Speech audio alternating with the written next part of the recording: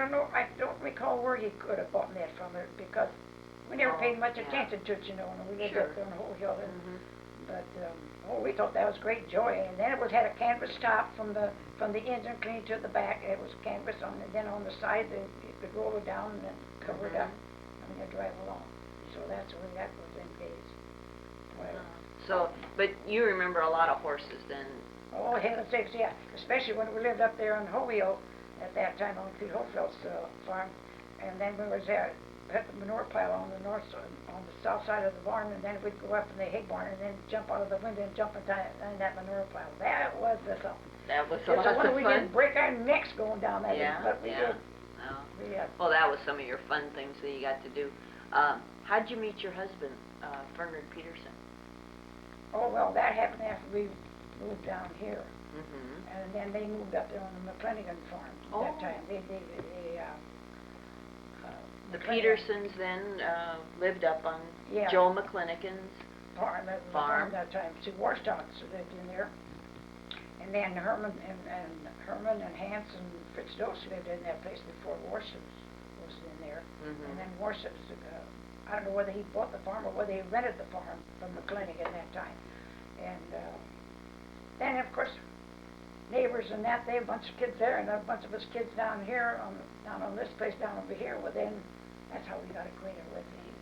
And in the evenings, we played last couple out, and who wasn't the last couple out, then they come down to our place down here.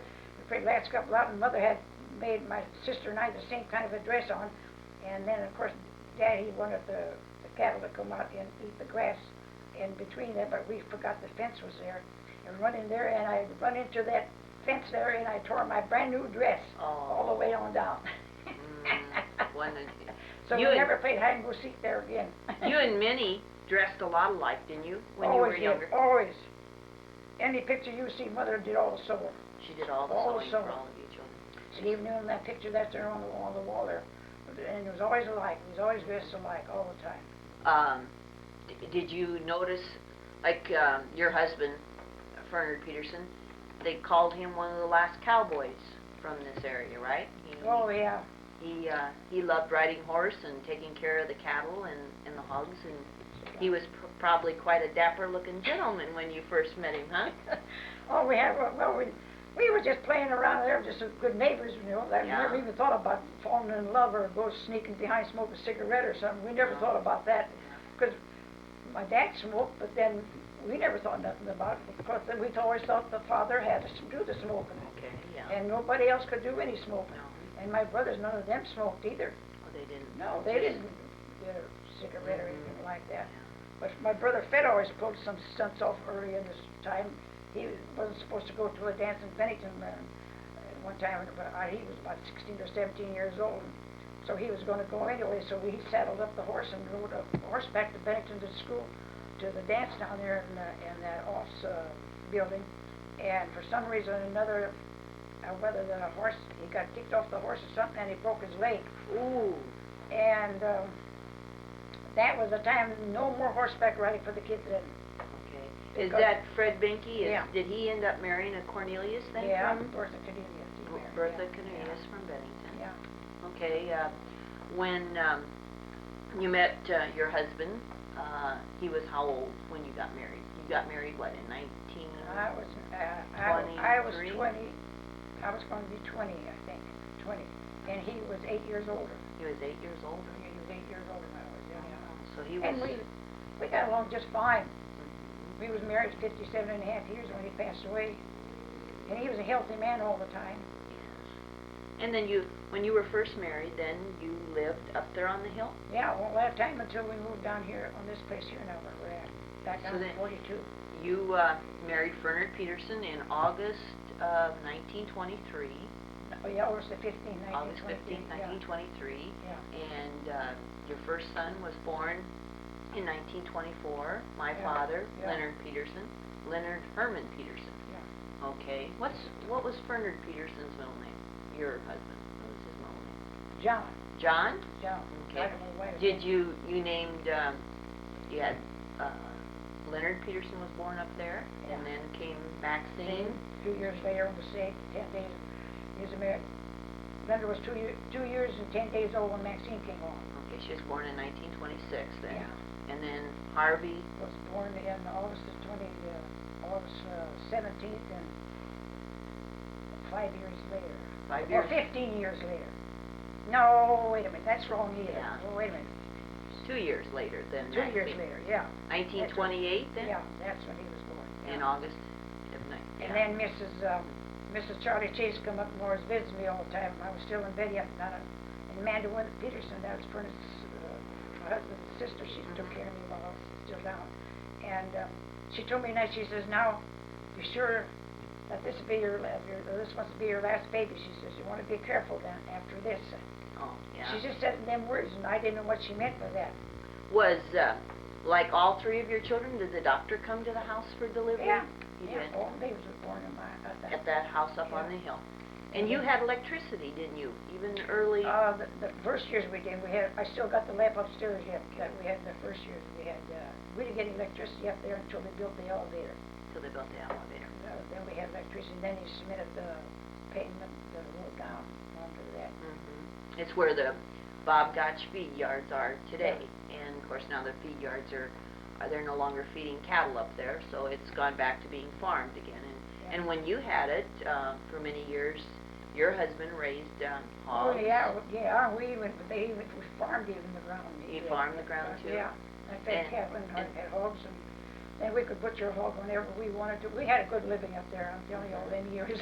Yes, you took some neat pictures too, like you climbed up up in the elevator or something that you took pictures of. Those were your pictures. I saw that one time where you took pictures of Elkhorn and you took pictures of we could stand and drive the truck out on the place up there and then take the pictures of Elkhorn a lot of times. Yeah. So it was really... it looked like it was a well taken care of place. It had beautiful white cherry fence. trees and apple trees and gooseberries and grapes and everything up there. Did you and your family plant most of all those things? Well, yeah, McClenny had furnished all the material, but then... You had to do all the labor, sure. All the labor, yeah. Yeah, you had a lot of good times up there. Did your kids ever pull any funny pranks in your... all the times you used to have a lot of good card games, didn't you? Oh yeah, dances, and a lot of times we moved the furniture out of the bedroom, the beds, and put them outside, and then John Barrett would bring accordion, and then we'd dance in there and have a great time. Then when everybody was ready to go home, then we brought the furniture back in the house again, and we had a lot of fun up there. The kids did too. We made homemade beer, made homemade wine, and your kids, they all were baptized and confirmed here at Bethany Lutheran Church. Yeah. I didn't ask you who married you. Reverend Sesko married you and Fernand. In the church in Benson. Is where you were married. Yeah, that's where we was married. And then we went across the street, had our pictures taken. There's a picture up there. Was taken of you and when your kids they went to school, all of them went through school together, through high school, and all of them attended church here in Elkhorn, and it was later in your, well, you went through the Depression with a family of 3 children. Yeah. And we didn't suffer any. You didn't suffer at any. We didn't suffer. We was on the farm, and we had our milk and our cows, and made our own butter, and my dad would raise wheat and then take it to the mill and have it made into flour. So we was okay. We didn't have to go on no... Well, you lived just up the road, or up on top of the hill, and your parents, they lived down the road, so you got to see your parents quite a bit.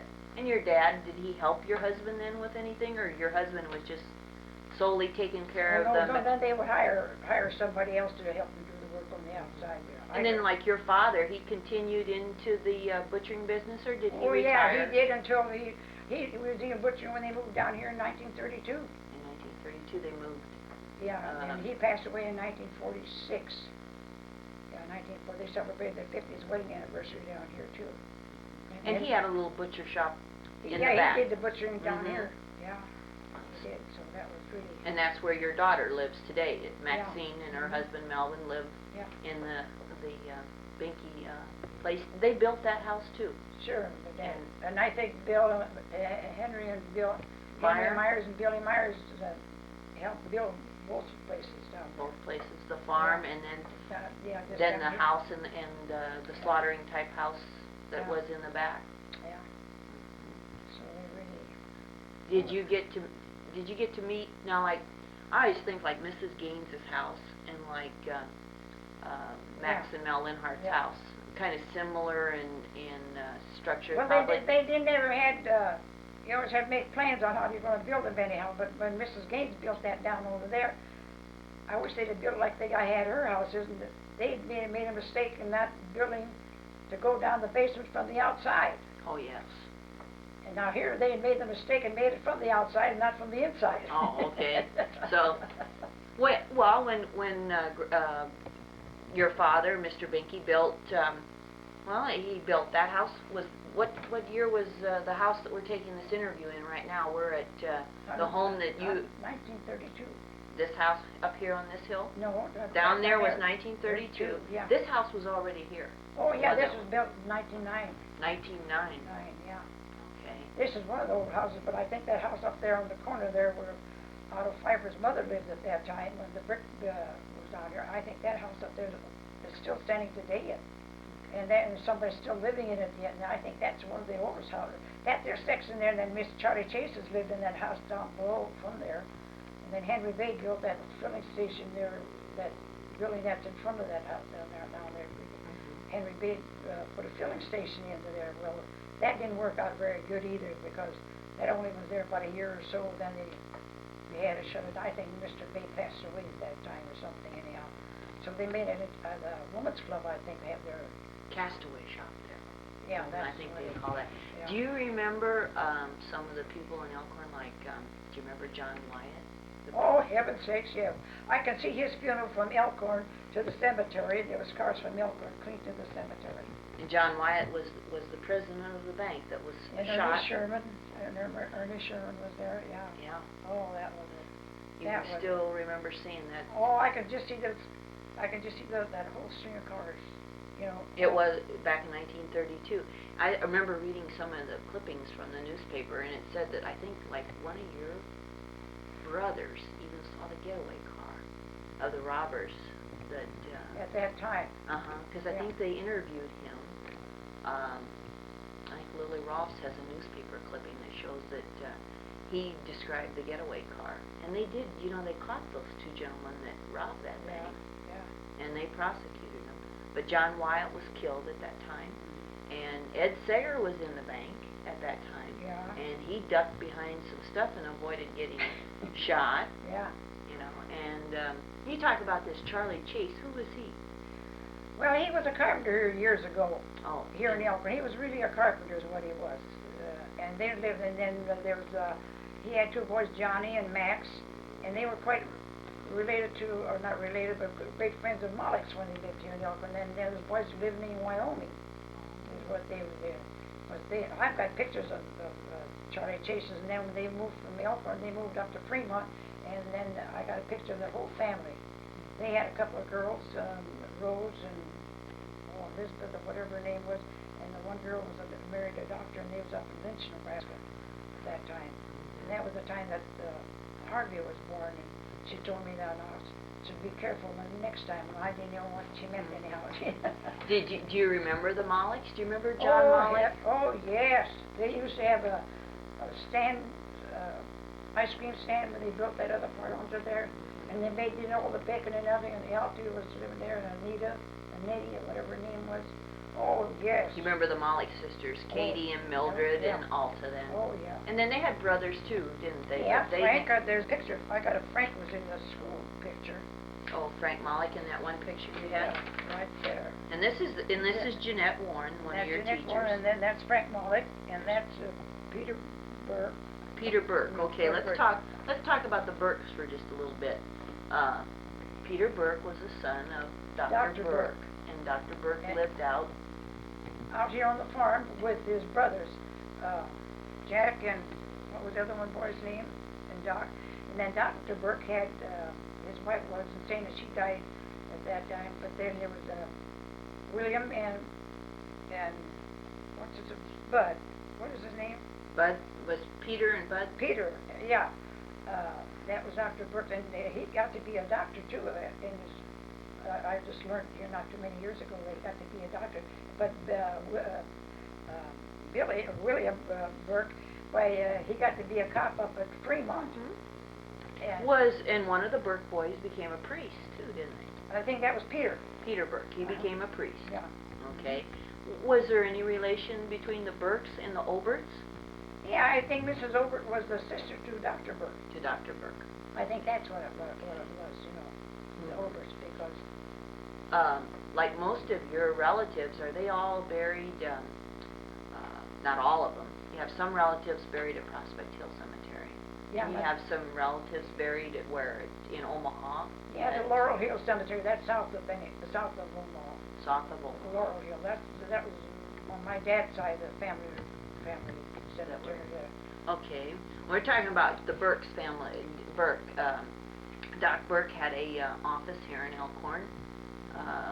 Dr. Burke ever take care of you? What did he tell you about digesting your food? No, he was telling. He said, don't drink while you're eating. He said, either drink before you eat, but chew your food real good. He says that's what makes blood in your system. And I do that today yet. At 87, you still believe in that? I still believe that's why you're not so healthy. Sure. If it wouldn't be for arthritis, you'd still be kicking up your heels. Well, I'm trying to get rid of that, but anyhow, the devil's in me now, so that's just... Well, does Dr. Burke never delivered any of your children then? Oh, yeah. Well, who did he deliver? He delivered Leonard and Maxine and Harvey. Oh, he delivered all three? Because we was up there, and Dr. Valley delivered Leslie Jean 15 Dr. years. Marsh? No? Yeah, Dr. Marsh. Delivered He delivered Leslie Jean. She was born when we moved over here. On the Burkes, Jack and Pete, either one never got married. Never got married. Okay, when Leonard was born, or was it Maxine? You told me one time a story about your husband going to go get the doctor. Yeah, on horseback. On horseback. Well, who was that? Your first baby, or? Yeah, the first one. That was Dr. Burke, and they just lived down around the cemetery down from Mount Calvary. And he was born. Amanda Peterson and Jack Hansen was up visiting us at that time. And I said, I think we're going to have a newcomer in this family here. I says, you better get somebody. So he quick goes down and gets Dr. Burke to come on up. And then he goes down over here and gets his mother. And then she come on up. Oh, so you had a whole crowd there. And then I was only sick about 5 minutes or 10 minutes to 12. And the time the baby was born, he was born on after 12 o'clock. After midnight that night? Yeah. After midnight. But you had no electricity then? We had a lamp. My husband was holding the lamp and watching the baby being born. Yeah? He come fast. Boy. He was made fast and he come fast. God, we're going to cut that part out. Okay, we got Peter. Well, you got Peter Burke in here. Who else you got in here? And that's Hollister. Hollisters. Yeah, and that's Harry Pfeiffer. Pfeiffer. Gladys's brother. And this one here is... Do you remember where the Pfeiffers lived here in Elkhorn? Oh, hell, they lived up north of Elkhorn. See, Henry Pfeiffer lived down there where the state yards lived. Yes. Where the windmill stands all by itself now is all that's left of the Pfeiffer place. You mean down over here? Mm-hmm. Is there a windmill still standing there? Yes, there's a windmill still standing there, and that's all. You know, they tore that barn down and burnt the barn down. But, yeah, that's all that's left is just the windmill. Oh, heavens. But that was Henry Pfeiffer. That was Henry Pfeiffer's boy. Okay, and then Otto Pfeiffer lived north of Elkhorn, just like north of probably where the water tower is now. Is that where the Pfeiffers lived in the back? Well, they lived where Lynn Johnson lives on now. They lived there first. Oh, they lived there first. And then they moved over here. That was that building over there, where right north of the water tower. That is what was their name? Popleton's or somebody? Yes, the Poppletons. Poppletons. Mm-hmm. Andrew Poppleton's place. And that was, see, then Otto Pfeiffer, they moved on to that place, and either they bought it or something, I don't know what it was. But that was really a main what should I say, the most popular place to go. If you wanted any books or anything, if you needed anything, you go up to there, and they'd have it up there. Well, Caroline Hess Holling, she told me that was the only place in Elkhorn that had a green lawn.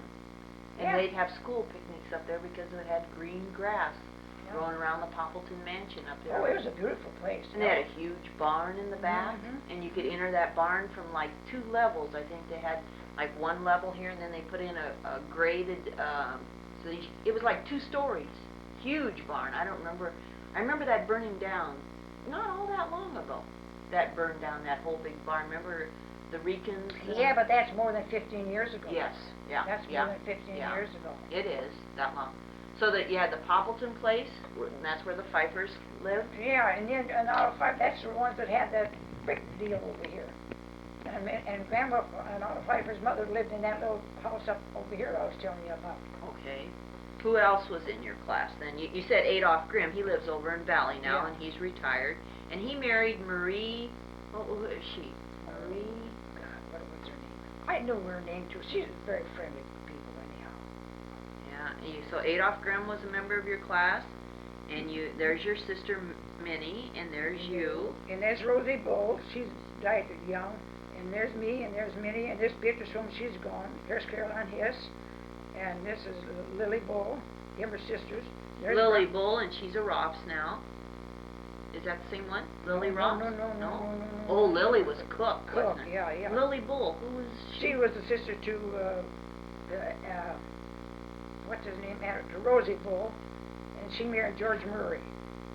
But he built that house where, what's her name, Hazel Smith was living in. And he built the house next to it. What was his bad bull's name? Fallon? Raymond? No, not Raymond. Joe Bull. Joe Bull? Joe Bull, yeah. And that's Veronica Force, and that's Lily Grimm. Oh. And there's Margaret Holling, and there's, that's Rosie Yorick, and there's Elton Malik, and this is Rosie Moore, and that's Louise. And this is Opal Leesenberg. Opal Leesenberg. Okay, where was the Leesenberg place here in Elkhorn? Oh, where the new post office is. Where the new post office is here in 1991. That's where Christensen's lived at there. All them kids John in and yeah. Elsie Christensen had a family, what, about 15 children in that house? And then Leslie Jean even went to stay there. She got the biggest kick out of that staying there. She said they had just one big long table, and then when the mother got up, they had to go to school when the school days. And I told her she shouldn't say that because I said they got enough kids away. No, Elsie said one more won't hurt any. So she picks up a great big kettle of oatmeal, and each one's got, and I don't know how many quarts of milk was on the table, but everyone filled their bowls up with oatmeal and ate them up and carried the dishes in the dishpan and got ready for school. She really had them disciplined, didn't she? Because we took care of when John and Elsie moved off the farm from Gretna, we took care of their pigs and chickens or ducks when they had, and we brought them here to my place. We took care of them. When you lived here on this place? Yeah. When did you move from the McClinigan place then down to your? I think in 1942. 1942. There was Leonard and Maxine and Harvey were all here. Yeah. Mr. Jean was born in here in 43. In 43. So did Grandpa Peterson then? Did he go to work for someone else then? Oh yeah, then he worked for I think he worked at the hog ranch, I know he did, and then then he worked for Omar's up here on the Roberts farm at that time, and then he worked for hog ranch, and then he worked for the county for 17 years under Bill Green. You bought this home in 1942. Who owned this home before you? Do you know who built this home? Well, I don't know whether John Mangle must have built, because he was married to Aunt Thiesen's sister, Christina. And John Mangle was a bank?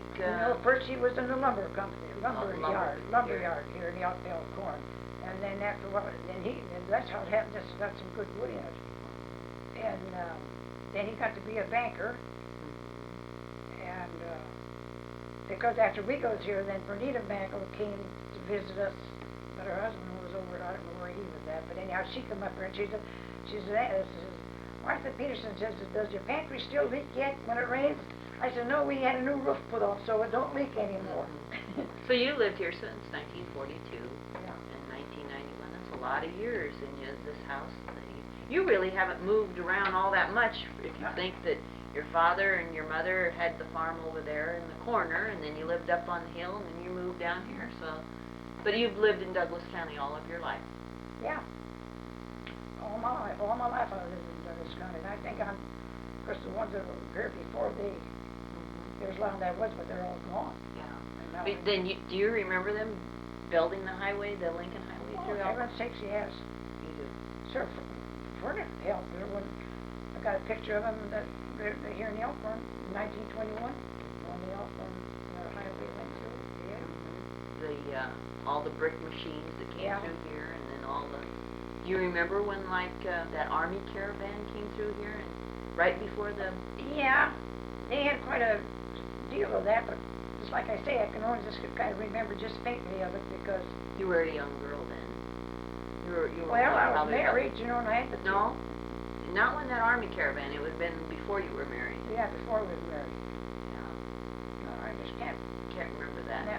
Do you remember when the viaduct was built here in Elkhorn? Yeah, and then see, your grandpa Bernie Pearson even up with the highway that went from across over here. He worked on that. From like Dodge Street on this way? Yeah. You remember? Did they have a crossing over the railroad tracks there too, where the viaduct is now? Yeah, there was a crossing there. That's how it happened. The viaduct happened to be built. Because that was just a natural.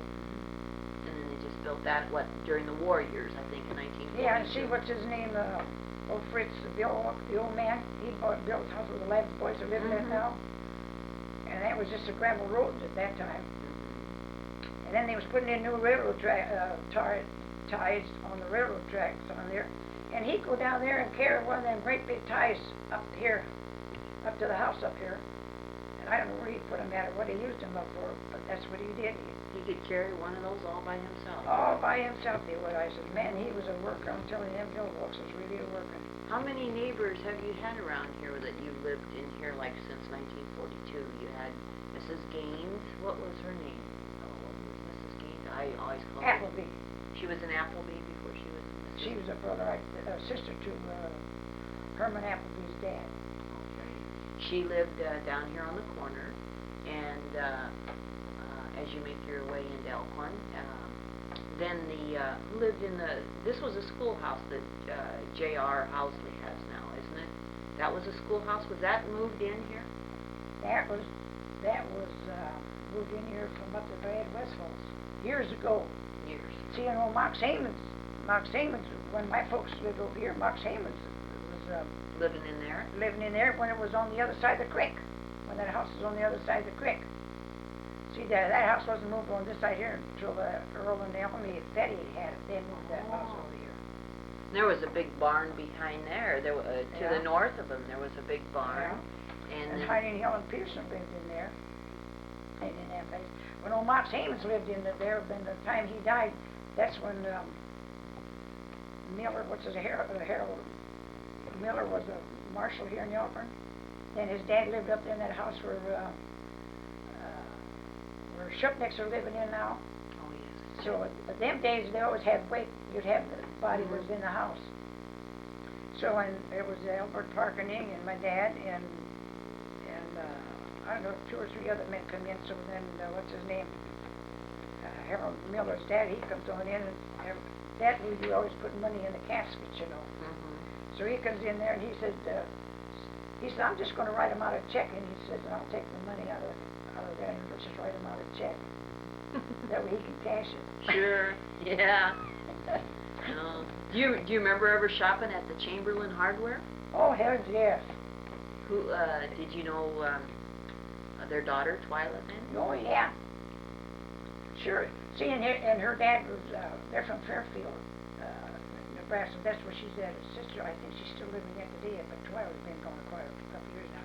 But anyhow, he got I don't know whether he got his feet frozen or not, but his toes on both feet were froze off. Oh. And he walked just like you walk this way. Kind of like on your knuckles in a way, huh? Yeah. But he had no like toes. But he had a heel in the part of his foot part. Yeah. And then he'd walk from where the mortuary is now. He would walk down. That was the Chamberlain home, was where the mortuary, Yeah. the Swanson Funeral Home is today. And See, then that was built in 1903. the Chamberlain house. Yeah, and then the one across the street, the beer box, that was built in 1903. Because it's written on the building. Yeah.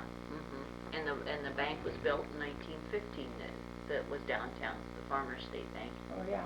And that's a daycare center now, I think, Elkhorn Daycare Center.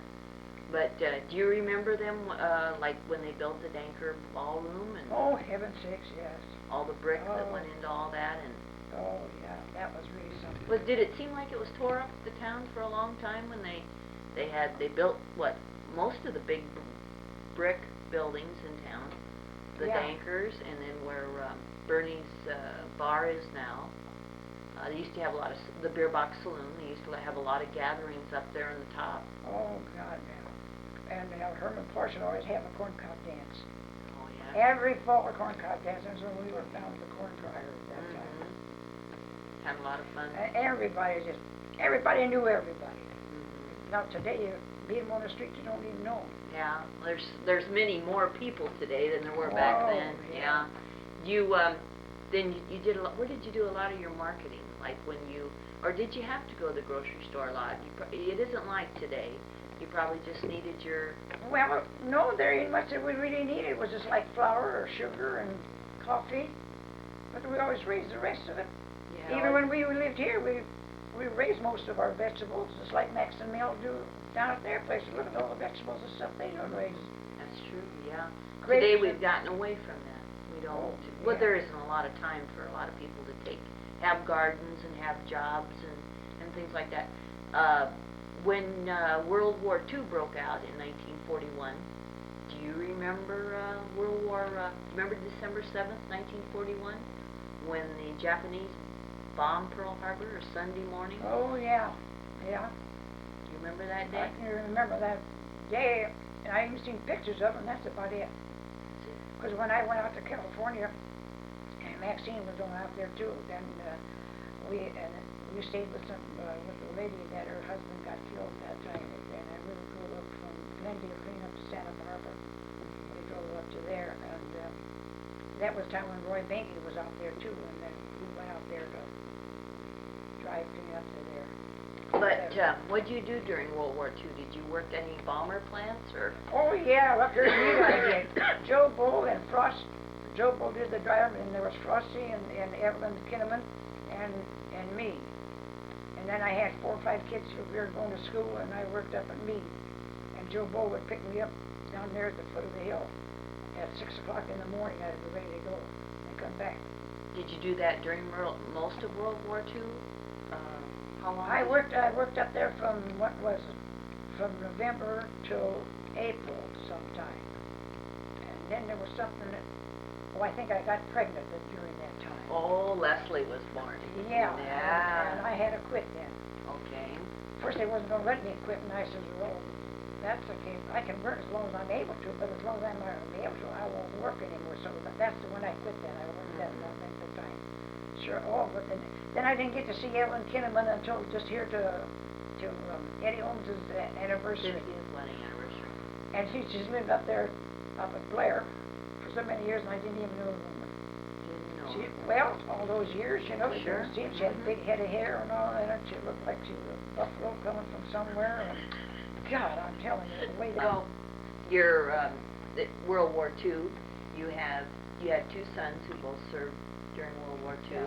Leonard was in the Army, and Harvey was in the Navy. Yeah. And during those war years, your daughter Maxine had gone out to California and worked as a welder in one of the airplane factory or boats? Yeah, ships. You built ships. They Ships. built ships during. Yeah, well, the Florence were out there with her. Yeah. I remember my mother Florence worked out there, and your last little baby was born. Leslie was born in 1943. Yeah. So you and Grandpa weren't all alone then. You you had Leslie here. Oh, Nobody yeah. else lived with you at that time, or did? Oh yeah, I took in boarders and everything. I helped a lot of people out. During those war years? Yeah. When Leslie was here with you, and But you know, she grew up so doggone fast that she was in school before I knew it. She was. Yeah. What were those years? You had your 2 sons and your daughter away, and Leslie. Your husband had served. He never. He didn't serve in World War I? No. But he was enlisted to go. He just left Omaha and got to Fremont, and that was on the 11th of November. What year was that year? 1919. 1919, was that the year the war ended? I think it was. Yeah. 1919. 11th month, 11th day, 11th hour. Something like that. So, by the time Grandpa rode in the train from Omaha to Fremont, yeah, the World War I was over. Yeah. And that was before you were married. Yeah. Mm-hmm. Okay, we'll get back to the 1940s. Your husband, was he working at the hog ranch? And somewhere out there. Yeah. And the living was pretty good here at this place. Oh, lovely. We had a garden, and we had a cow and chickens, and we even roomed Eddie owns a couple of horses here, and well, he was kept busy. Yeah, and your husband, he worked for the county. He used to park his machine right up here on the hill, side hill. He used to have to go out, and a lot of times during the bad snowstorms, they'd call him out, and he'd have to go out and maintain probably most of the, well, you have your hard surface roads and you had your gravel roads, and I think Grandpa took care of most of all the gravel roads, didn't he, in rural Douglas County at that time? We had a great big snowstorm that time on Christmas, on Thanksgiving, and he had to go out here to, Bill Grins lived out here on, Chapel Hill. And I had dinner here that time too. So Leslie Jean, of course, she had to go with her dad on out there. So they went on out there, so we didn't have dinner until kind of late that day anyhow. But anyhow, she went with wherever her dad was, or whatever she'd do, her dad would let her do it. Did you have like during the winter time, did you have taffy pulling contests here at your house, or did you make a lot of fudge, taffy? I don't know. We did have parties anyhow. You did have parties? You don't remember stretching taffy from one end to the other or anything like that? Did you used to have did you always have a dog around? Oh, always a dog. And no cats. We did have a cat, but they just never stayed. What's been some of the names of some of the dogs you've had? I remember Pal. Well, that was the main one, and then Shep. We had Shep. A dog named Shep? Shep. It was a shepherd dog, and they called him Shep.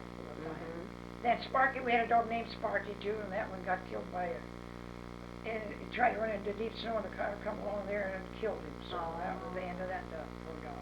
Yeah. I remember a story that you told about Grandpa, how he was out in the hog pen up on the hill, and the hogs had got him down, and one of the dogs went out to help him so that he could get back up out of the well, that dog's name was Sparky. That was the one that was the dog named Sparky that did that, because then he always that's when they was feeding cattle that time with the wagon and horses. Yeah. And not with the truck, and that's what it was. And then the dog, of course, got after the pig, and so that helped him get out of the pen and saved him from being probably gouged pretty bad or chewed up or something. Sparky was the dog that played out in center field for the kids too when they played ball. Yeah. He didn't try to catch a ball a lot of times too. Did he? Yeah. And then I remember Pal when he was what kind of dog was Pal? He was a little like a little terrier dog anyhow. Yeah, something like that. He had he was a brown one, and he had mostly brown and a white collar. You had him for a lot of years here. Oh, heaven's sakes, yeah. I can't remember how it happened that he died, when he ever passed away, because I was always kept busy with. Then Leslie Jean always had a lot of parties, school parties. When the Rainies lived down here, and them people lived down here, and I got pictures. We just run across those pictures just the other day here. Yeah, of those people. Yeah. When by then the new high school the school was no longer located just right next door here. No.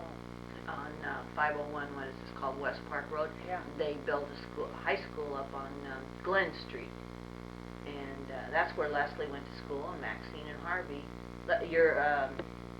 Leonard went to school just a couple of years down here, didn't he? And then he went across the street, or up across. I've got a picture of Harvey when that schoolhouse was built there, right across from Paul Wamsot's there. I got him in a little overalls. I was going to give him that picture to him. He said, no. He says to me, he says, Mom, you better keep that picture. You've had this long, I'll keep it here. Because the wife he's got now, everything has to be from Sweden. Yeah, well, we're going to talk about Elkhorn history here, and you had Leslie going. You had a lot of school picnics to go to. That probably kept you pretty young, having a daughter that late in life. You helped with the home ec. Well, I'm still young yet. Even though I'm 87 years old, I'm still young yet. But you probably got to go to a lot more school things with Leslie than you did the 3 older ones, didn't you? Well, yeah, because they never had so much like what Leslie Jean. Yeah, like you had. I think you were one of the board members on FHA when you had to come up to the school, and we had all our little meetings and drove us around. Hey, I know some good stories about when we used to go over to Valley to the theater. Oh. You used to have a lot of fun driving us around to the theater, didn't you? And Glenn Geiss's funeral, even Heine, Jerry, what's his name, or his son's name? Oh, Jerry. He married Sally. Corky Geiss. Corky Geiss, I mean. He even mentioned at Glenn Geiss's funeral that day too. He said to me, he says, remember the times you took me to the picture shows at Valley? Yeah, we used to go drive through the cemetery. On the way home. And I told him there goes a ghost around the. Used to drive us around the You must have liked that Prospect Hill Cemetery. Well, you gave the kids a thrill. That's what it was all. Just give the kids a thrill. Yeah. And then Leslie Jean would duck down on her because there was a ghost run behind her. Behind there? Yeah, that old mausoleum that was in there. Who was buried in there? That big old, the one above the ground. Oh, that's somebody from Utan. That's been there for years. Oh. I just don't recall. But it is somebody from recall Utan. that. I think the names are still on there yet. Yeah. I'm pretty sure. And that's where Joe, Jean, and yeah, they're buried right close to the close by there. I know you were telling me about the first brick home here in Elkhorn. Yeah. Was built by Joe Gibbons, you said? Yeah, I'm pretty sure Joe Gibbons. Seymour Gibbons' his father? Or? Seymour. That part I don't recall any of, but I know he was the one that built that. Joe Gibbons, he was a land agent. He was a land agent. He was a land agent, and he was the one. He tried to sell us this here place too at that time when it was for sale. So. Do you remember a lot of the merchants in Elkhorn, like Dietzel Garage? Was that? Yeah, that's where we bought our first Chevrolet. Was from Dietzel, and that's where that was part of the Danker Ballroom. Oh yeah. That was down in the bottom part. Well, he had what they call the garage part is what he had. Then he had for trucks in there or something in there and like that. And then part of that was a drugstore. Yeah, that was to the north further. Yeah. To the north further. And then they had the bank downtown, and they had Sharp's Meat Market downtown, and Mollick's was downtown. And you said Bay's? What was that name of that gentleman? Henry Bay? Henry Bay's? Did they have a Chevrolet place? No, they was running a filling station. Oh, they had a filling station. Yeah, he built that filling station. I think what's their names are living in there now? Stevens? No, what's their names living there? Julia Schultz built that house on this side, and now those people are in Henry Bay's house. Samson's, yeah. They're living in Henry Bay's house. But Henry Bay, he built that filling station over here east of, west of Elkhorn over here. But that didn't make no much of a success, and then Charlie Chase's lived right below there too, and she didn't like that, and so I don't know how it turned out, but that didn't last very long.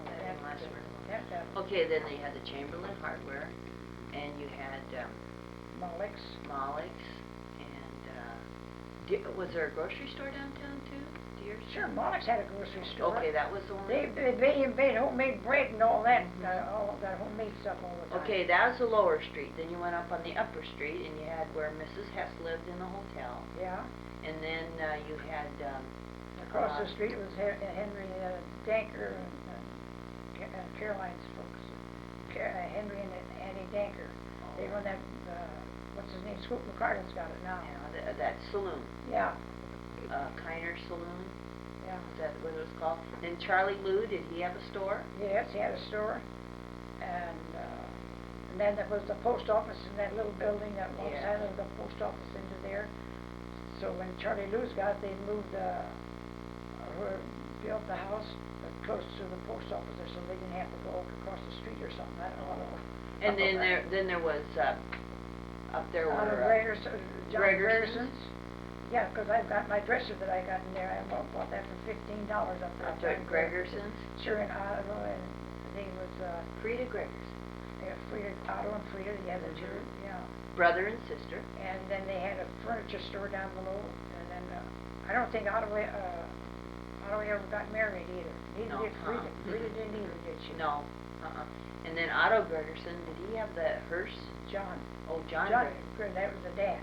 Oh, John Gregerson. Was the dad. Do you ever remember seeing that hearse? That fancy hearse he had? Oh, heaven's sakes, yeah, and Caroline Holling's dad, not Caroline Holling, Caroline Holling, or the Holling that had, Klaus Holling had the horses. He had the lumber yard down there, and then he had them two black horses, and he carried, and this hearse was of glass all the way around, and then you sat way on the top. And that was the one that Mrs. When Dr. Brooks' wife died. And it was snowing that day when they brought her back from the train and took her down here to the farm that time. And then it was Klaus Harder's horses, those black ones. Yeah. Pretty black ones, and John Gregerson's glass. No, these are Hollisters. What's her name? She died too. I worked for her. Emma Hollister? Emma Hollister, yeah. They lived and he run the elevator that time. Her husband did. Okay. Did the Gregersons? They had the store on the east side of the road where Elkhorn Market is. Did Gregersons live right next door? Or did they live across the street where Clevey? Lived across the street. See, and Jack Dammett's had the hardware store then, one to the south. Oh, Jack Dammett's also had a hardware store? He also run a beer joint? And no, not a hardware store. A shoe? He had a barber shop. Oh, a barber shop. That's what he had, a barber shop across the street there. From, and then the next one was Annie McGrew. She had a hat utility shop. Oh, yes. She had been downtown, and in 1895 her house, that burnt. That Fry livery stable and all that stuff burnt downtown. And then she moved up to the upper street, that Mrs. McGrew. Oh, yeah. Okay. So, that house there is now down at Walt Winterburn's. Oh, yeah. That's Walt Winterburn's. And that's where Carl Clevy's had a barber shop in there. I got my first haircut in there. In that place right here on it's Pacific Street here in the 1880s? Yeah, that's when Carl Clevy's had it, and I had my first haircut. Right there, huh? Yeah. Look at how bare, like when you look south of Elkhorn, you know. Really, you don't even get that kind of look anymore. Of course, there's a great big, what do you call them, elevator at the end of the street. This is the upper street. Well, remember there was an elevator there now? Who'd you say had that elevator there at the end of the street, across by the hotel? Nolte? That wasn't the Nolte. Cephas elevator. I think his name was John Cephas that time. Yeah. Then there was a wooden elevator that I think burned down or something like that. Okay, maybe you can answer me this. On the corner there, is that always where Circle B Bar? Has that always been a beer? Yeah. Goodhart's had it? Goodhart's, Charlie Dearson had it. Goodhart's, I think Henry Goodhart had it first. And then Charlie Dearson run it. And then Zimmerman's had it. God, I don't know who else after they had it. But now it's Wilbur Bull and his wife Bonnie have had it for a number of years. Yeah. And then they tore that building down and moved into the... Yeah, built that other part out there. And there were Wilbur Bulls, that used to be a livery stable in there. That's where it was. Did you ever hear anybody tell you that? Yes. Oh. Yeah, I think one of the old pictures says it was a livery stable in there. But a story I heard, and I don't know if you know anything about it, but where that livery stable was where the Goodhart house was at one time. And they claim that they took that Goodhart house down and moved it board by board and moved it up to where it is now. You know, where Earl and Twyla lived. They rebuilt the whole house up there because Mrs. Goodhart didn't want to be downtown next to the beer. Well, that could have been Patsy, because that I just really. They did a lot of moving around in buildings back then.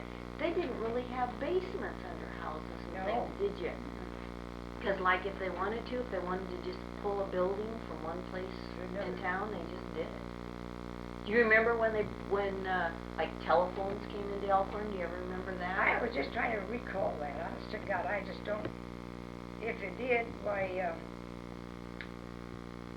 I don't know. I think my folks' telephone number at that time was 2136 or something like that. Or only 3 numbers it was on at that time. But I don't recall my folks having a telephone over there on the farm, but they did here? They did down here. How about electricity? Do you remember when you first got electricity? Well, yeah. What was... We never had no electricity when we lived over there. No, you did when you lived up on the hill. Yeah, we did when we lived up on the hill. I think that's when we got electricity probably down here. I wasn't home anymore then when we got electricity there. Yeah. Well, you had electricity. Because we had lamps. We had lamps that, we had a globe, a plain globe here that you have to light it with kerosene, and then put on the top, it held about a gallon of oil.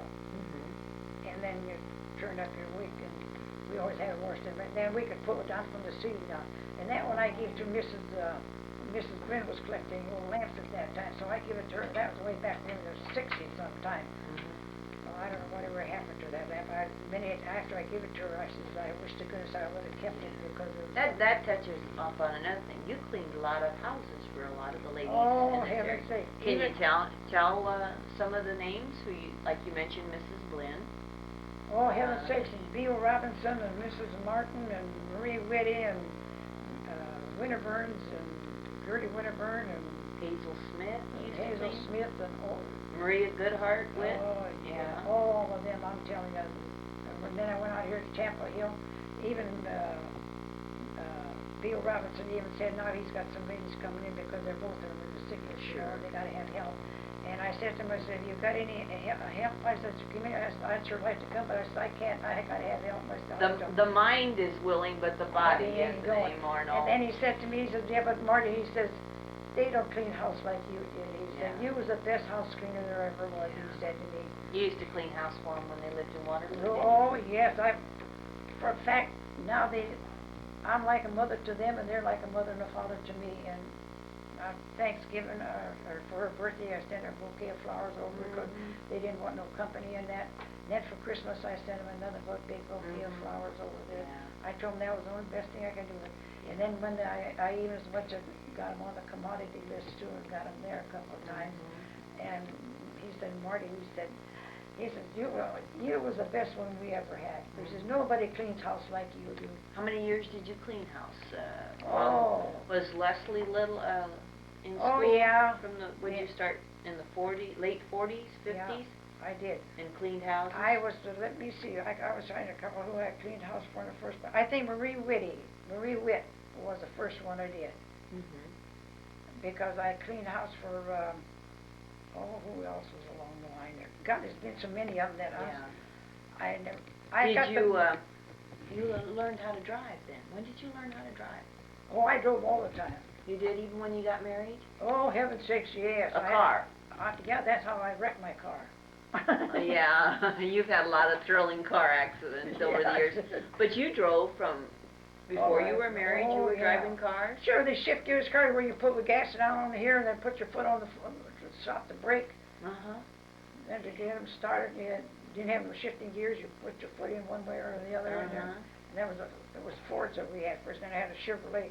Just bought that new Chevrolet. I paid $2,000 cash for it anyhow. I only had a short time to wreck the damn thing.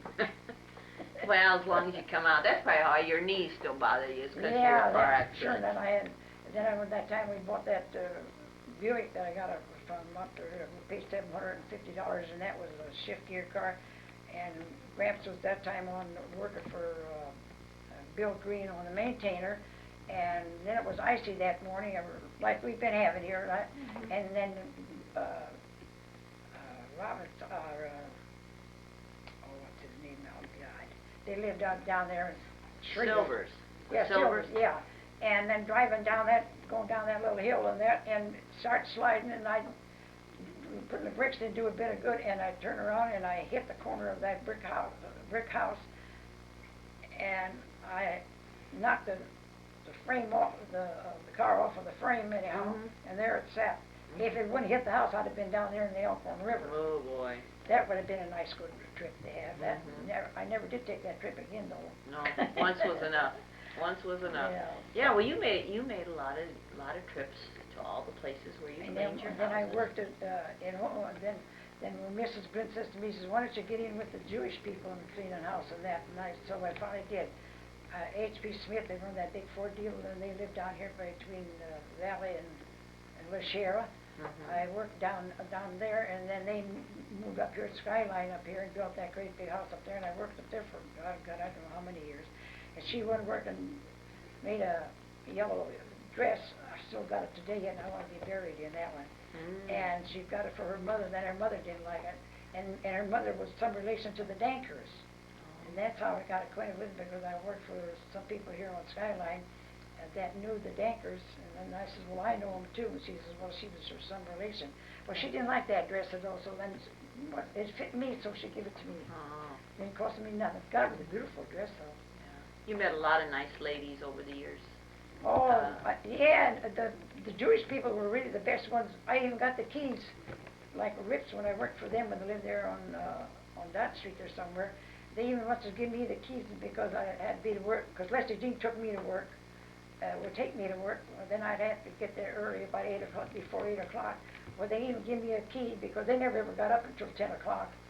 So then I'd go, give me the keys, and I'd go in and out of the keys. So when did you stop cleaning houses? How long was that? When I was 76. 76. 76, yeah. So. Well, then my arthritis was bothering me so bad. Then I always took Shelley Lenhart with me, and then Maxine would even as much as come in and help. And they pay us each. I was getting $4 an hour. That's pretty good wages back then. Oh man! Really? Well, even now they charge so much for cleaning a house. It's terrible to clean a house, but yeah. You were probably one of the original Mary Maids then, huh? One of the early. Yeah, and everybody always liked me. I had more jobs than what I could take care of. I had. You asked what's her name? She married a Posh. She was a Zimmerman. Arlene Zimmerman? No, not Arlene. She married a Porsche, anyhow. Loeb. What was it? Oh, Janice Zimmerman? Yeah, Janice Zimmerman. That's the one. She said to me, too, she said, my God, she said, I know you. She always wanted me to clean house for her. And I said, well, I haven't got no room. I said, it's all taken up. I said, take it up. So then she had some special I'm going to go and do them one day. So I said, well, okay. I said, I'll do it if you let me work on a Sunday. So that's what I had. But mostly you just worked like Monday through Friday. On Saturdays. You did day work. Say work on Saturdays. Well, you worked on Saturdays. Oh, God, it got so, it was, and then come home and take care of all the family and everything, and see that they had something to eat and had something to go on. And do the washing and everything. Oh God, I'm telling you. You've had a long, long, happy life then. Yeah. Oh, I sure did, and always kept me busy all the time. Like I always say, never cheat on your guy who you're working with. I told that to Ty everyone bust the same way. I said, don't cheat on who you're working with for. I said, because they can tell when you're cheating on you. Yeah. Because I tried that one time too, because I always liked to have a shot of whiskey every place I worked. I would have to drink a whiskey. So I found out then they weren't working. Then I locked the whiskey place up. And I said, no, they know I'm taking a drink of whiskey. Sure. Yeah. They can tell it, I said. So from that time on, then I just said, boy, leave me out. Whoever's going to work for anybody, don't cheat on the guys that you're working for, because they know you're cheating. What would you say is your happiest memory ever? Did you ever remember a real happy memory in your life? Is there anything that you really recall that is a real special happy memory? Yeah, the day I got married. The day you got married? Yeah. And Fernand's grandmother, her mother, was the best mother and the best helper that I ever had. She was a saint, and she had all those children and everything. She was the one that took me in to get my dress and see that I got a dress for my wedding and everything. That was my happiest time. And I even prayed for her when she was praying to die. She was only 69 years old, and I said, there's another mother that was so good to me like her. And I said, that was my happiest time. It really was. What's your saddest time? Well, let me see. I had a lot of sad ones. Did you have a lot? More sad times than happy? Well, that I can't say that. No, because you always been kind of on the up. And if I did, I would just kind of recall it and make them happy anyhow. Because like I always say, don't always say you don't like this and you don't like that. Like it, and I said, the better you feel. Yeah. Is there anything you'd like to ever change? You know, if you had the ability to go back and change something, what would you change? Are you pretty happy with everything? There's nothing that would happen. The only thing I would change was have people to like one another. Yeah. To go to visit one another. I said, that's what I would do, but they never called me back. They always said to me I was supposed to put a telephone here and a telephone over there. I said, well, do I need a telephone? Nobody calls me. I always have to call them. Yeah. You'd change people, you know, that's one thing, though. We live in a different type of society where it's just go, go, go. Yeah. You know, and I think I think as the older we get, the more we want those we love around us more. Don't we? I mean, you know, like, it'd be nice if, like, every day I could come up here and have a cup of coffee with you and stuff like that. That'd be great. And then I think, well, I got to get on home, and I got to do my things at home, you know. Well, I know that, but I just had a call from a cousin of mine, Eva Johnson. Her first husband was a bus driver for the Elkhorn School Boys. They live out here in Skyline. Well, she died here a couple of years ago, and he lived there in Old Irvington. He called me after she died, and Maxine and I, 3 years ago, Maxine and I was going to go to the Manual Hospital for my checkup, you know. So I told Maxine, I said, we're going to stop in and see her. She was still living at that time. And we went in and visited with her and that. So she's got all kinds of ceramic stuff and everything. And her husband wasn't home enough. But you know, after she died, it took about, I don't know, 2 or 3 months, and he called me. And he was trying to make a date with me. He's going to come out to get me because when we were there visiting with his wife at that time, Maxine and I, she has a lot of ceramic. Oh, her house is just loaded full of. If you go look a mile outside, I got about the same thing. Yeah. But not as bad as she.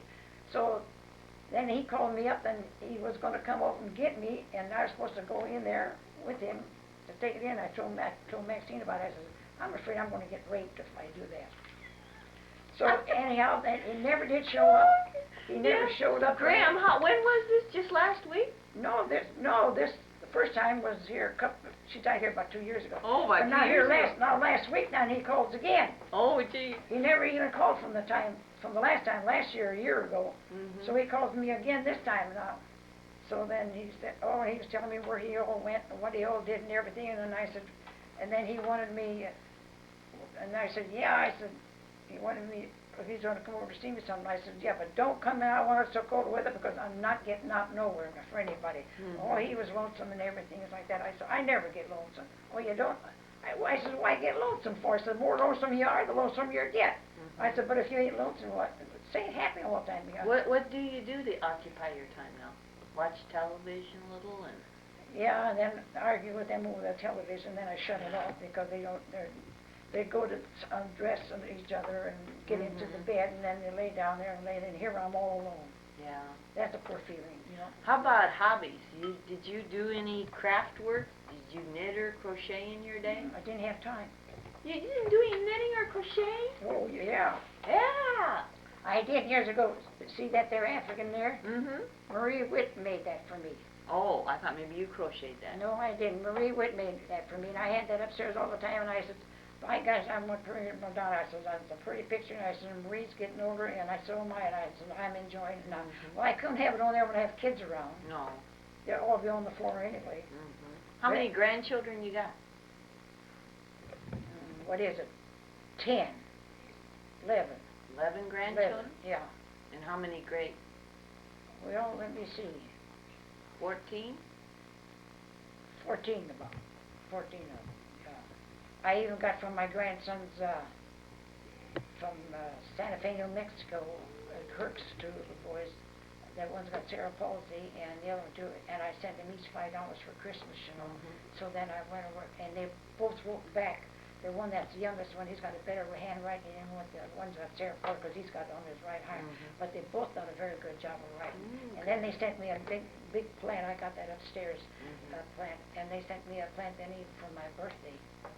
And a Christmas card now they sent me on too.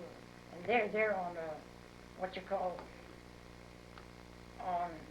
What do you call it? The ones, they're not getting along very good. They're going to... Oh, counseling? Counseling is what they go. Harvey said over a year ago. Oh, yeah. I said, well, I never will get over the counseling that I had. And that was my status when I ever had when I went down there to visit when I was 79 years old. Yeah. And they told me to get the hell out of No, we won't talk about that, okay? That's the saddest part. Yeah.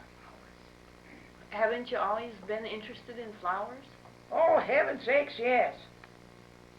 See my window look like? How come you always just kind of had a, you know, Grandpa, your husband always said if you couldn't eat it, you shouldn't grow it. What did you say to him when you had all your, like your philodendron? I've had that since he's been gone. He's been gone now 10 years. And you have some... you ought to go down the basement and see my flowers. You got all those? Oh. Yeah, and you got all, I know you have a lot of perennial plants that come up each year outside. Sure, and Leslie Jean's taking care of that. Leslie Jean and her boyfriend are taking care of the outside. Of the outside, mowing and keeping your garden in shape. Yeah, you always had it. You like to grow violets or begonias? Well, I did, then I got one from Tyrone's girlfriend. She gave me one. I had that about 3 years, and for some reason it was getting too old. Did you ever talk to your plants? Oh, heck, yes, I was telling them. I was telling them one of them.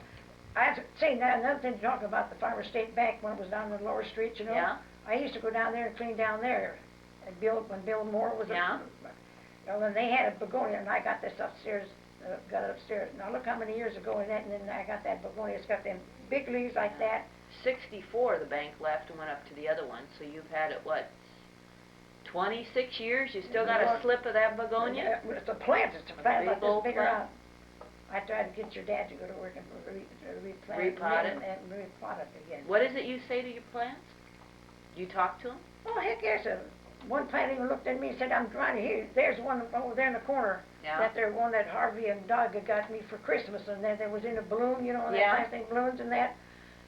I went to work and watered them there this morning, and after I got up during the night or early this morning, I could hear my plants talking to me. He says, I'm drunk. I'm thirsty. Oh, they tell you. So then I went over, to tell me I'm thirsty. I went over and looked, and here the leaves are all hanging on down, and it's falling all off. And they paid $34 for that plant. Yeah. And it's one of them, they're poinsettias, a white poinsettia. Yeah. Is there any kind of plants you like better than others? You had a lot of luck with succulent plants, like those cactus type plants.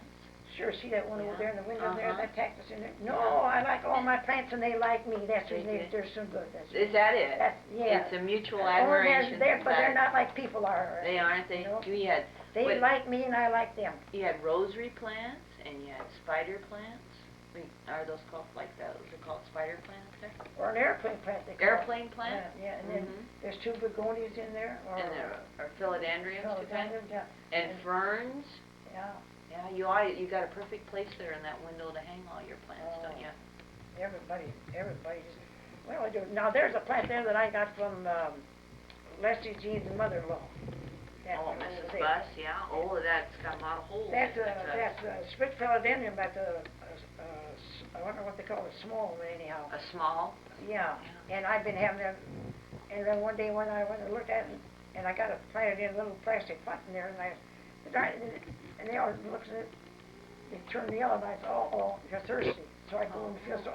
See that little water, that their milk jar? I got water sitting into there, so then I have to really water them every day.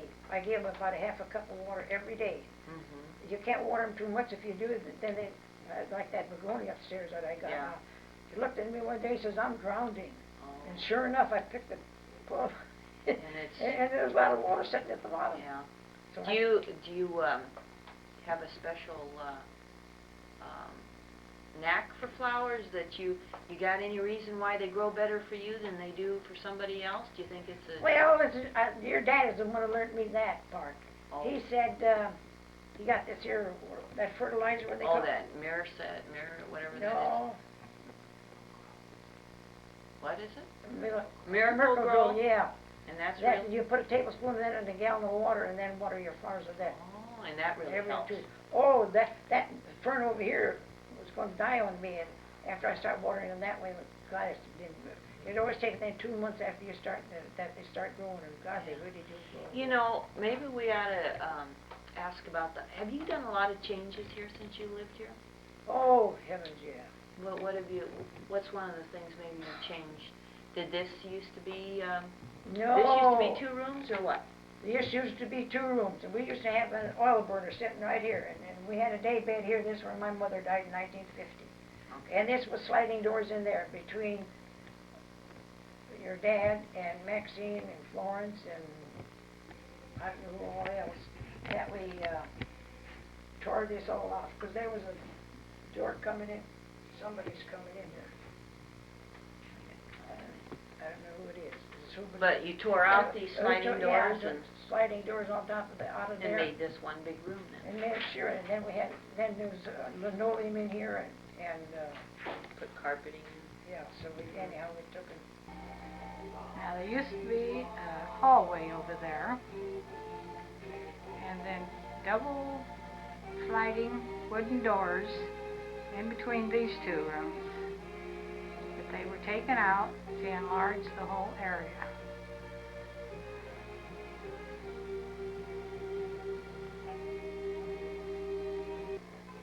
Okay, Graham, tell me about the time that your mother gave you some shoes and then took them away from you. It was on my 18th birthday, I think it was. And then my folks always did their shopping in Omaha on Fridays. So she had given me for my birthday on the 6th of November that year a pair of shoes and a skirt, a corduroy skirt. I've got the picture even today yet with them on. So she let me wear them on the day of my birthday, and then when my birthday was over with, why, she took them away from me and put them in the trunk and locked them in the trunk, and I couldn't wear them again. But I've got the picture which shows I did have them on anyhow. So then they went into Omaha, do their shopping, and why, I told my brother Walter and I said, we ought to get them shoes out of there because I would like to wear them. That was the day after my birthday. It might have been the 7th or 8th or something like that.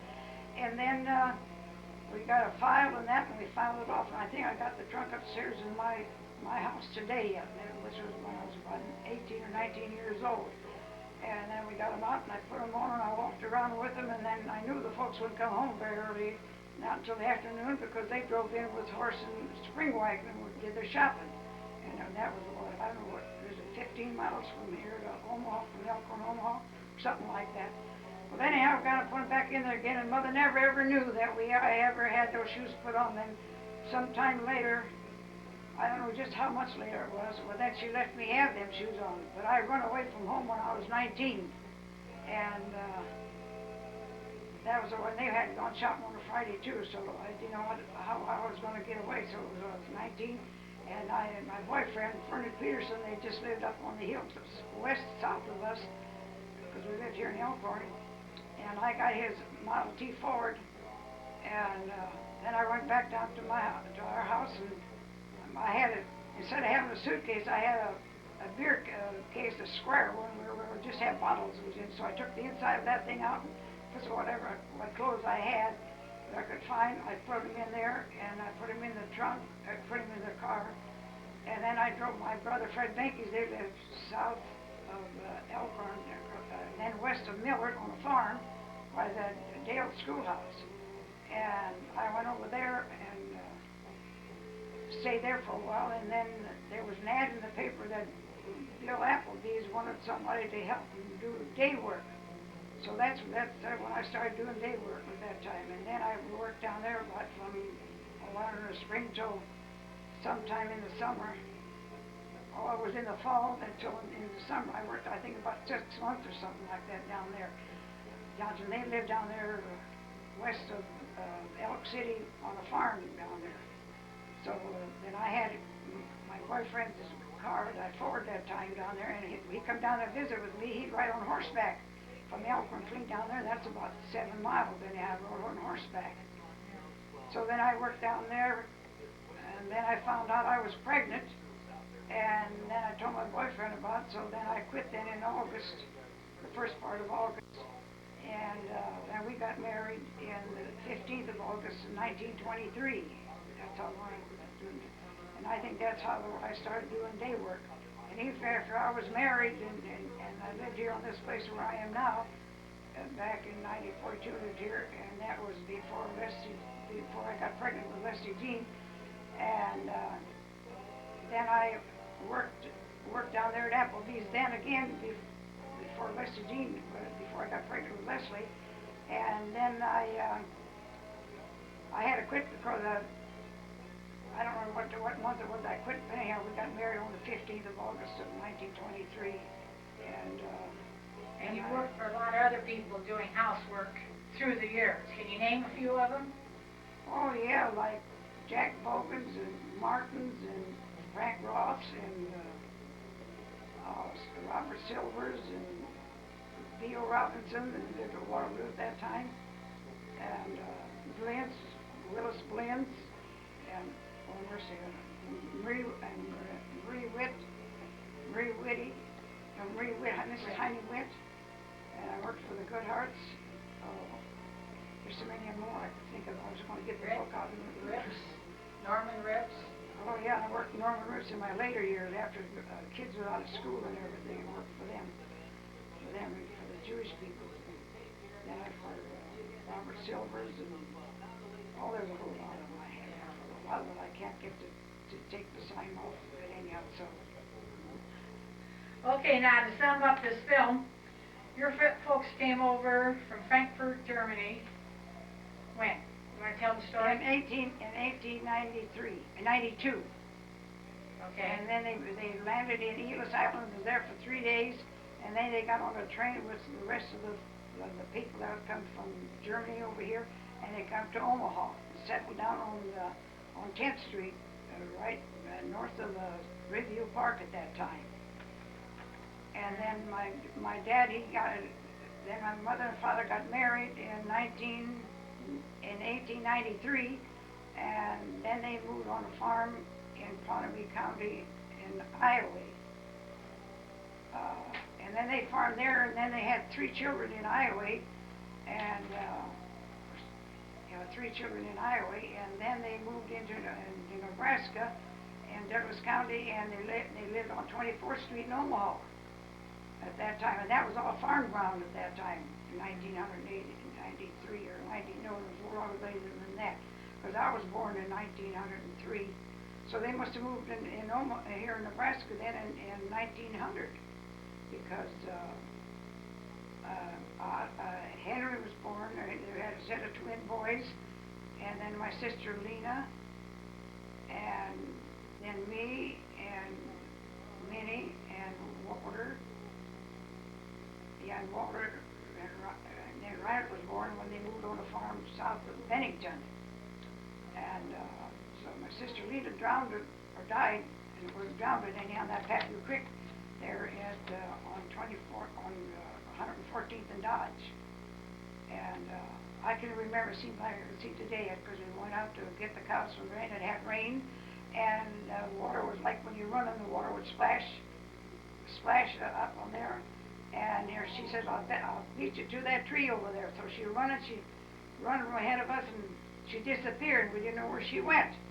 So my brother Fred, he was the oldest one, so he just dived down into the creek there. It wasn't very deep, must not have been very deep anyhow, but she was caught under the root of the tree, on the water there, and he got her out, and then he carried her home, and here she was dead. If we only would have known anything about respirating and how to get the water out of a person's lungs, we could have saved her life. But we didn't know. We just knew she was living. Well, we probably could have saved her life. And then from there we moved. My folks moved south of Bennington. That's where my brother Reiner was born on December the 28th, 1910. And there we lived there on the August Whitty farm, and Clausa Farm for 3 years, and then we moved to Elkhorn, east of Elkhorn, and August Whitty Farm, and lived there 3 years. And that's how, from then on, I was in here in Douglas County, around here in Elkhorn, I says, all my life. I've never been anyplace else.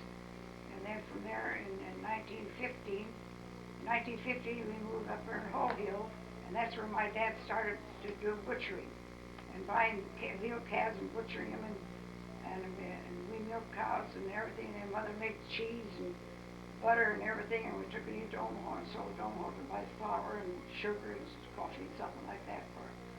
And then we lived here in Elkhorn, west of Elkhorn, from 1918 until, let me see, my dad, he died in 46.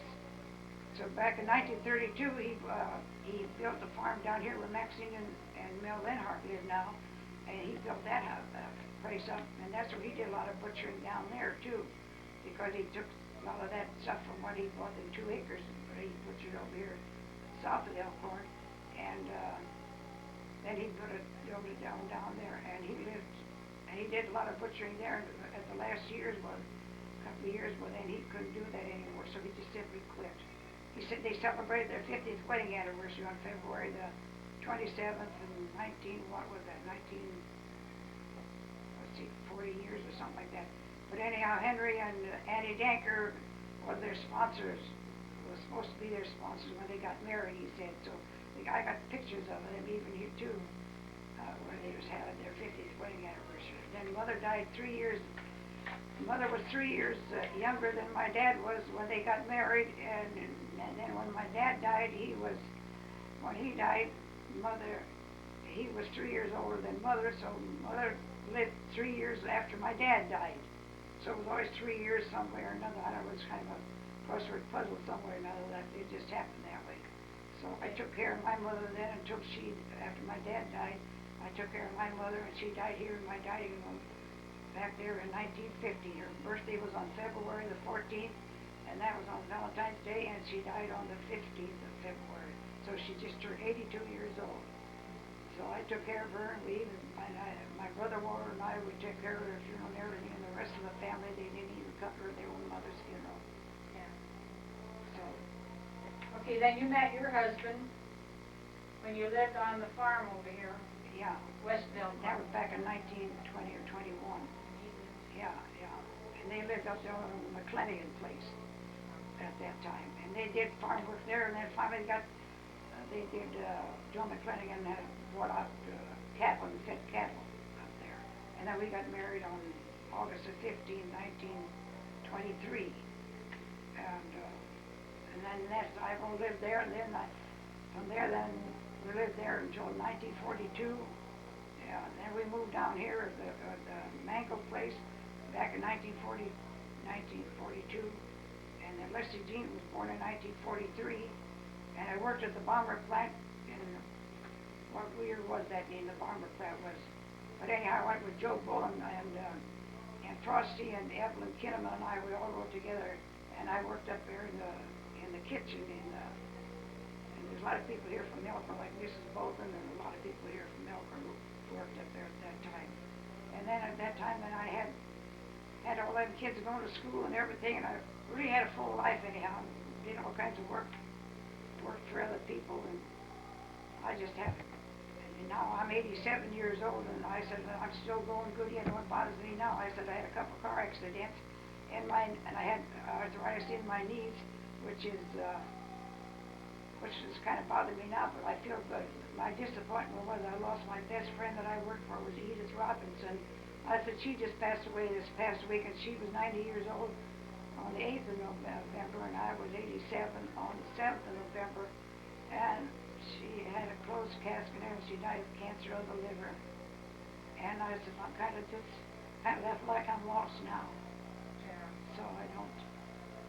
Now, who was it then from there on on? Yeah. And you ended up having 4 children, 11 grandchildren, and 15 great-grandchildren. Yeah.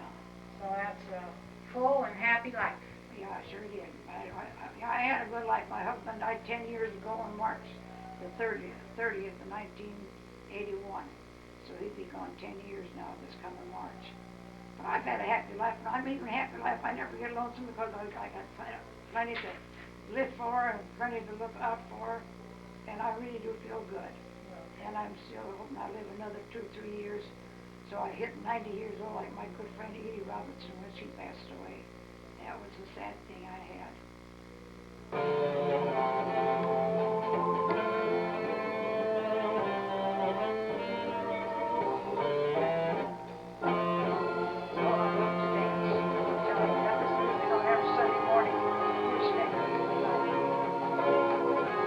Graham with her favorite Sunday afternoon music.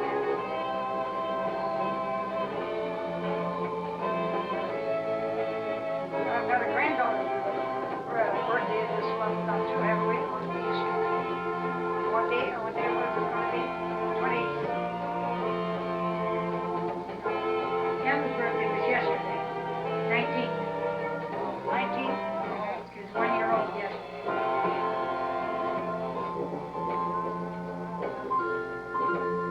We're starting a new year, 1991. You finally got one granddaughter named after you, didn't you? Yeah, and I got one granddaughter named after me. And Grandpa had What's her name? Emma Renee. Emma Renee. She's a year Grandpa older. had one grandson named after him, Cameron Ferdinand, Oh, yeah. Kirk's boy. There's, So you guys will live on.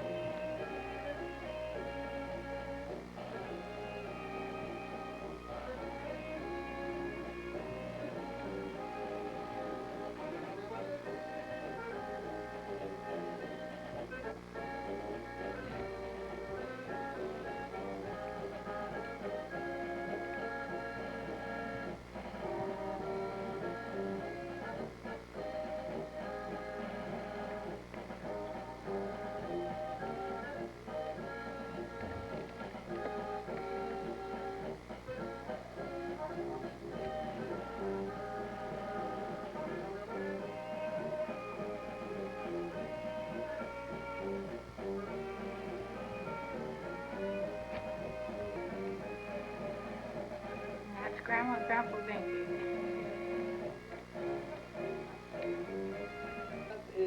We're down there within our town of Polka. I just took a look at the tip.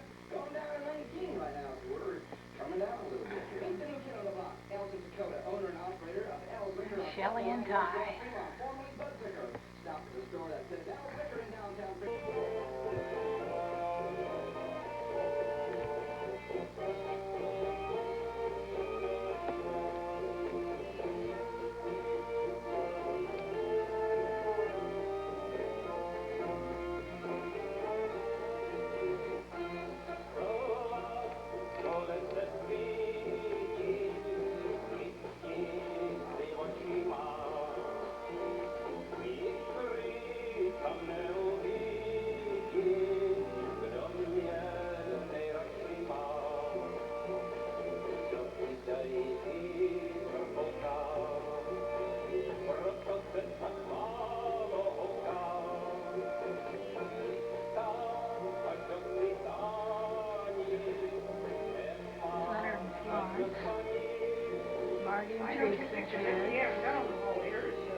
Teresa, Grandpa and Grammy on their 50th.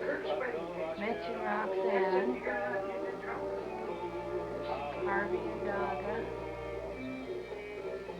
Marty and Teresa on their wedding day. Mal and Max on their wedding day. Harvey and Doug on their wedding day. Leslie Jean on her wedding day. Mark and Kim on their wedding day. Mark and Kim and Grammy. Mitch and Roxanne on their wedding day. And there's Shelley's graduation picture. There's Zachary when he was a baby. There's Kirk and June's wedding picture.